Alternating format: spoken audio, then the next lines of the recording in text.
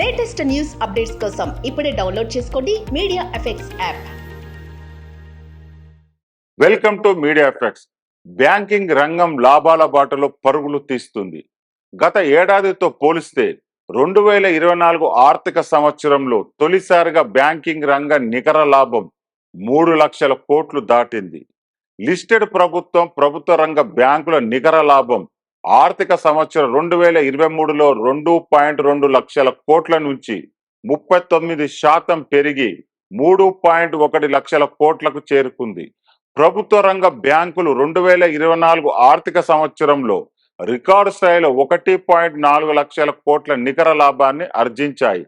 గత ఏడాది 2023తో పోలిస్తే 34% పెరుగుదల నమోదైంది. ప్రైవేట్ రంగ బ్యాంకులు 1.2 లక్షలతో పోలిస్తే తమ నికర లాభం 42% పెరిగి దాదాపు 1.7 లక్షల కోట్లకు చేరుకున్నాయి. ఏడాది క్రితం నాటి నుంచి బ్యాంకింగ్ రంగంలోని ప్రభుత్వ ప్రైవేటు 2 రంగాల మధ్య ఆదాయం భారీగా పెరిగింది. కాగా బ్యాంకింగ్ రంగం లాభాల బాటలో పయనించడం పట్ల Pradhan Mantri Narendra Modi social media platform X వేదికగా స్పందించారు. భారతదేశ బ్యాంకింగ్ రంగం నికర లాభం మొదటిసారిగా 3 లక్షల కోట్లు దాటిందని తెలిపారు. యూపీఏ ప్రభుత్వ హయాంతో బ్యాంకింగ్ రంగం కుదేళ్లయిందని పేర్కొన్నారు. గత 10 సంవత్సరాలలో చెప్పుకోదగ్గ మలుపులో ఇదొకటి.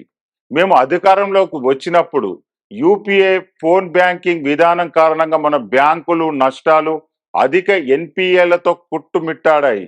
పేదలకు బ్యాంకులు తలుపులు మూసివేశారు. బ్యాంకింగ్ రంగంలో ఈ పెరుగుదల మన పేదలు, రైతులు, ఎంఎస్ఎంఈలకు రుణ లభ్యతను మెరుగుపరచడంలో సహాయపడుతుందని ప్రధాని మోదీ అన్నారు. వాస్తవానికి 3 లక్షల కోట్లు అనేది ఆర్థిక సంవత్సరం మొదటి 3 త్రైమాసికాలలో అన్ని లిస్టెడ్ కంపెనీల మొత్తం త్రైమాసిక లాభాలు.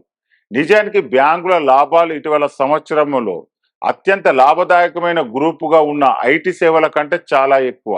లిస్టెడ్ ఐటీ సేవల కంపెనీలు FY24కు దాదాపు 1.1 లక్షల కోట్ల నికర లాభాన్ని నమోదు చేశాయి. గత సంవత్సరంలో ప్రభుత్వ రంగ బ్యాంకులు తమ బ్యాలెన్స్ షీట్లను క్లీన్ చేయడం, ఆదాయాలను పెంచుకోవడంతో ప్రైవేట్ బ్యాంకులతో తమ లాభ అంతరాన్ని తగ్గించాయి. వాస్తవానికి గత 3 ఏళ్లలో ప్రభుత్వ రంగ బ్యాంకుల నికర లాభం 4 రెట్లు పెరిగింది.